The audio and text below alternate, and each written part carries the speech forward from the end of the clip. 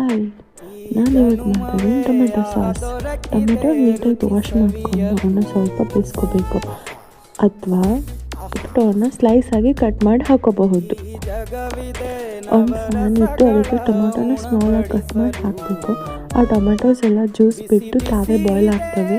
ಆ tomato full ಸಾಫ್ಟಾಗಿ boil ಆಗಿ ಅದು ಸ್ಪಿನೌಟ್ ಆದಮೇಲೆ ಫುಲ್ ಸಾಫ್ಟಾಗಿ ಬೇಯ್ದ ಮೇಲೆ ಆವಾಗ ಆ ಟೊಮೆಟೊನ ತೊಗೊಂಡು ಮಿಕ್ಸಿ ಹಾಕಬೇಕು. ಮಿಕ್ಸಿ ಮಾಡಿಬಿಟ್ಟು ಅದ್ರ ಪೇಸ್ಟ್ನ ಸ್ವಲ್ಪ ಆಯಿಲ್ ಹಾಕಿ ಆ ಆಯಿಲ್ಗೆ ಪೇಸ್ಟ್ನ ಹಾಕಿ ಹಸಿ ಸ್ಮೆಲ್ ಹೋಗೋವರೆಗೂ ಬೇಯಿಸ್ಕೋಬೇಕು. ಬೇಯಿಸ್ಕೊಂಡಾದ್ಮೇಲೆ ಅದು ತವಾಗೆ ಅಂಟ್ಕೋದೇ ಇರೋ ರೀತಿ ಬೇಯಿಸ್ಕೋಬೇಕು. ನೆಕ್ಸ್ಟು ಅದಕ್ಕೆ ಖಾರ ಹಾಕಬೇಕು.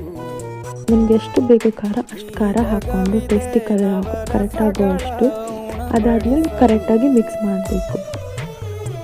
ಮಿಕ್ಸ್ ಮಾಡಿ ಸ್ವಲ್ಪ ಹೊತ್ತು ಬೇಯಿಸಿದ್ಮೇಲೆ ತಿಕ್ಕಾಗಿ ಸಾಸ್ ರೆಡಿ ಆಗುತ್ತೆ.